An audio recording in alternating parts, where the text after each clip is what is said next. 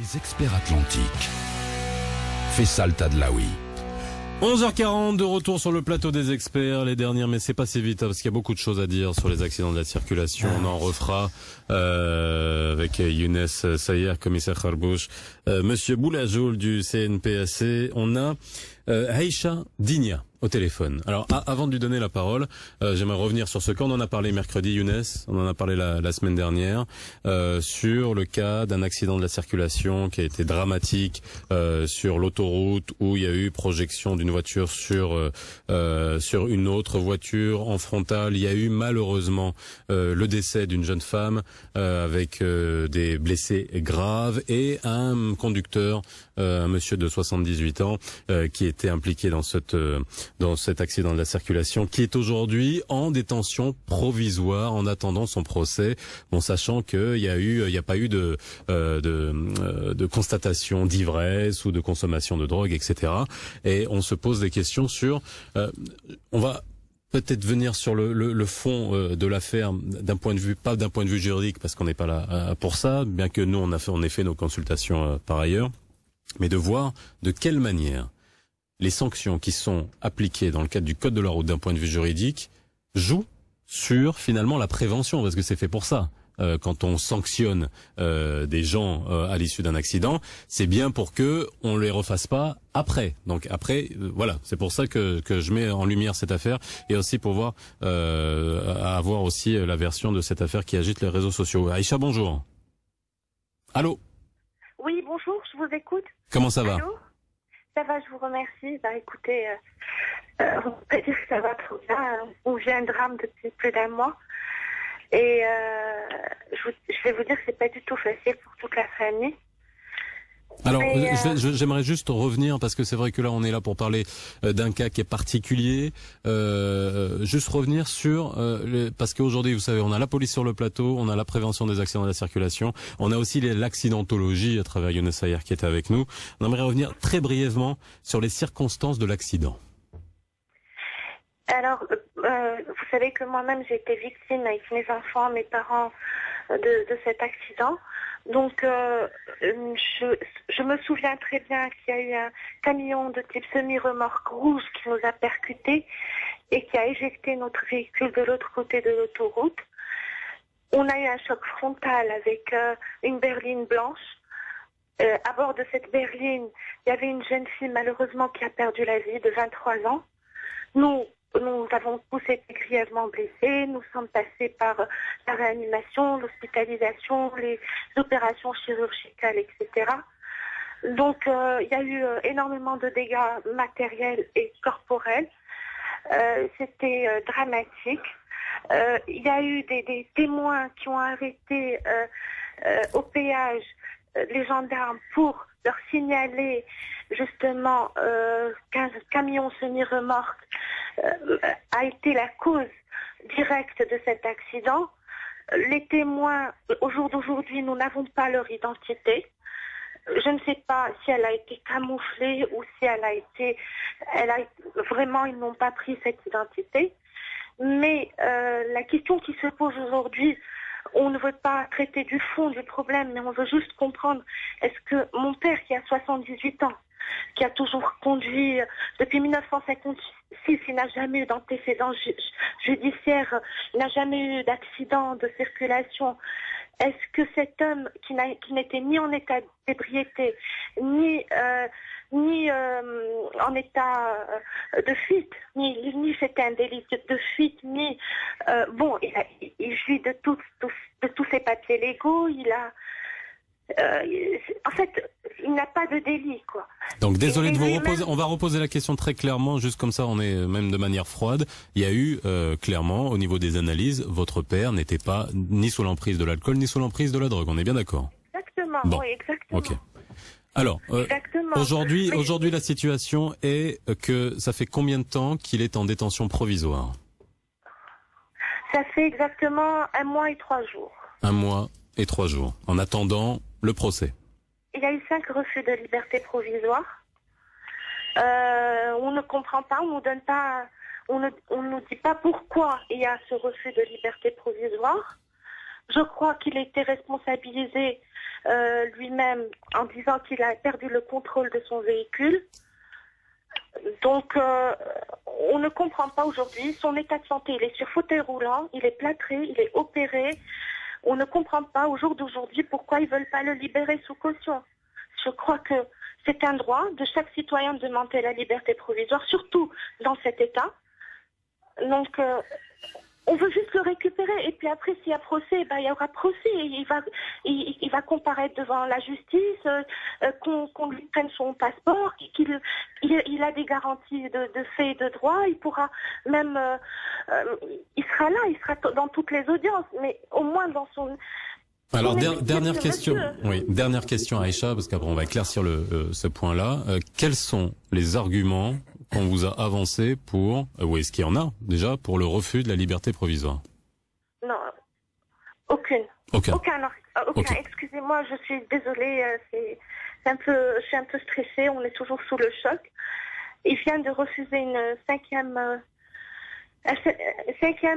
demande mardi dernier, le 23.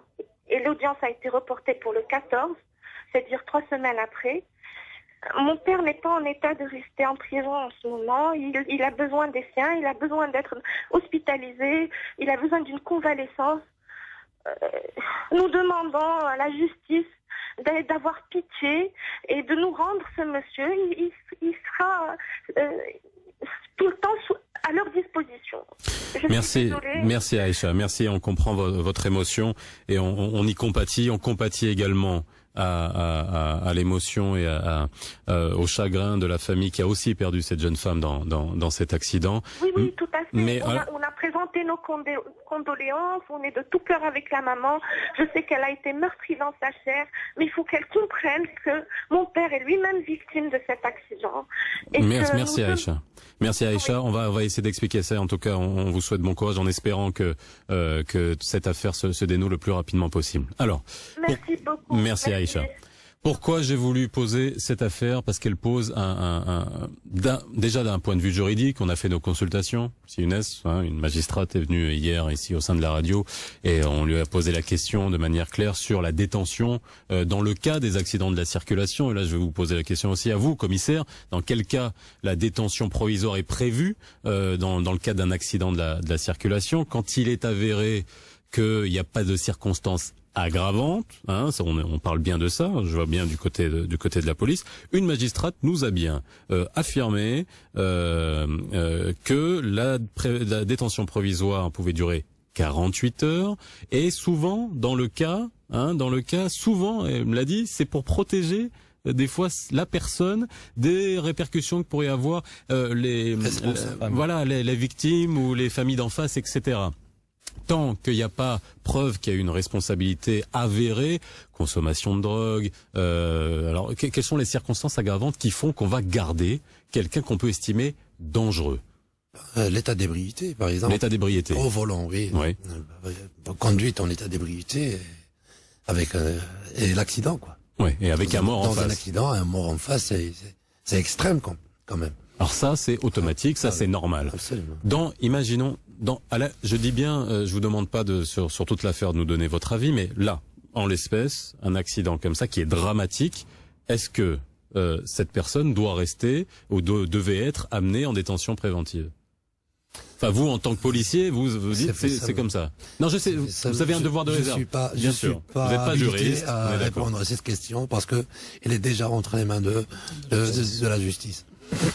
Younes. En tous les cas, ce qui est certain, c'est qu'aujourd'hui, depuis le nouveau code de la route a apporté quelque chose de nouveau, c'est le fait de pouvoir s'aider par des moyens techniques et technologiques pour trancher d'une façon claire et nette sur les circonstances d'un accident. Aujourd'hui, il y a des logiciels, il y a des moyens. Avant, il y avait du doute, mais aujourd'hui, on analyse très bien ce qui s'est passé et le véhicule de ce monsieur a été carrément un objet projeté de l'autre côté. Il a malheureusement causé la mort de quelqu'un qui est encore plus innocent que lui parce qu'il roulait jusqu'à ce qu'il reçoive un obstacle devant lui. Donc c'est des circonstances sur lesquelles on a une lucidité de lecture. Maintenant, prendre des considérations de l'âge du monsieur, de la santé, de la famille, préserver les intérêts des parties, toutes les parties, parce que c'est important. Ça, c'est à la compétence, bien sûr, des magistrats. Il faudrait qu'ils le fassent vite, parce qu'il y a des situations dramatiques, et il faudrait qu'on apprenne à trancher rapidement sur les responsabilités. Nous, on reçoit. Est-ce que ça sert la prévention routière? Moi, pourquoi j'ai posé ce cas? C'est la question que j'ai posée tout à l'heure à Monsieur Boulajoul. Les sanctions sont là pour également que, en termes de prévention sur l'usage de la route, que les gens utilisent la route de manière à bon escient. Est-ce qu'aujourd'hui, garder cette personne, c'est enlever un danger de la route? On peut le faire d'une autre manière. Je vous pose la question. Est-ce qu'on a besoin de ça pour éviter les accidents de la circulation? En fait, c'est-à-dire la pénalité d'emprisonnement, c'est-à-dire le fait d'emprisonner quelqu'un suite à un accident de la circulation, justement, ça a été introduit dans cette optique, c'est-à-dire de dissuader notamment les chauffards, les personnes qui conduisent dans des conditions vraiment qui ne sont pas capables de conduire parfois, et malheureusement ils osent conduire et c'est-à-dire d'une manière vraiment très dangereuse sur la voie publique, et ils causent des accidents mortels. Et donc le code de la route a été rédigé dans cet esprit-là. C'est-à-dire que ce genre de conducteurs qui sont irresponsables, il faut qu'ils soient, c'est-à-dire sanctionnés d'une certaine manière. Entre autres, il y a l'emprisonnement, et pour éviter la récidive. Mais non, mais là on est d'accord, à partir du moment où la responsabilité est avérée. Justement, le code là, de la il route. L'est pas. Non, aujourd'hui, au niveau du code de la route, actuellement, il y a une matrice de propositions qui est formulée au niveau, c'est-à-dire du ministère de la Justice, justement pour revoir un certain nombre de dispositions. Et c'est vrai qu'après l'entrée en vigueur du code de la route, de la loi 5205, il y a un certain nombre de dispositions qui relèvent un certain nombre de problèmes au niveau de la mise en œuvre, au niveau même, par exemple, le cas de la retenue ou bien la suspension du permis de conduire, l'emprisonnement, etc. Et notamment pour le cas de l'emprisonnement, ce qui est proposé, c'est que la personne ne doit pas être, c'est-à-dire arrêtée ou bien emprisonnée jusqu'à, c'est-à-dire que le tribunal, c'est-à-dire se prononce sur l'affaire. On est d'accord. Alors, on n'est pas en train, je dis pas encore en train de traiter du fond, et la fille de Monsieur Dinel a dit elle-même, s'il est jugé et que après il soit jugé responsable, à ce moment-là, il n'y a aucun problème. Mais qu'un conducteur, dans un accident de la circulation où on n'est pas dans un homicide volontaire, est-ce que c'est d'un point de vue garde à vue, c'est tout à fait normal de garder cette personne en préventive? C'est la question que je me pose, et voir de quelle manière avec ça on protège les autres usagers de la route. Ça, on verra le dénouement de cette affaire. Justice à présent, que faire quand la demande en liberté provisoire sous caution est refusée par la justice à un homme de près de 80 ans à la santé fragile? Une famille dont le père serait impliqué dans un accident mortel de la circulation est actuellement confrontée à ce dilemme. Que dit la loi? Quelles sont les conditions requises pour prétendre à une liberté provisoire? Élément de réponse dans ce reportage de Abdel Fattah Moumen, commentaire Nzamach. Tribunal de première instance de Casablanca. Lors de cette 6e audience, la liberté provisoire a été refusée pour le chef de cette famille qui serait impliqué dans un accident de la route ayant causé la mort d'une jeune fille. La famille motive sa demande de mise en liberté sous caution pour raison médicale. Il porte un plâtre, il a une fracture, il a subi une opération chirurgicale. À peine sorti de clinique, il a été emprisonné alors qu'il a besoin d'une assistance médicale. L'inculpé est âgé de 78 ans. Son avocat estime qu'il présente toutes les conditions requises par la loi pour prétendre à la liberté provisoire. Il a un domicile fixe, il est retraité, il a une famille, il peut facilement être retrouvé et il assure au tribunal qu'il peut se présenter à tous les actes de la procédure. Question, selon le code de procédure pénale, dans quel cas la demande de mise en liberté provisoire peut être refusée? Le refus s'explique par la crainte que l'inculpé ne se présente pas à la justice s'il doit comparaître, qu'il n'attente à sa vie et celle d'autrui, ou encore qu'il décide de faire acte de vengeance. La famille du mis en cause continue à espérer que la justice ne lui donne raison. Réponse lors de la prochaine audience prévue dans 3 semaines.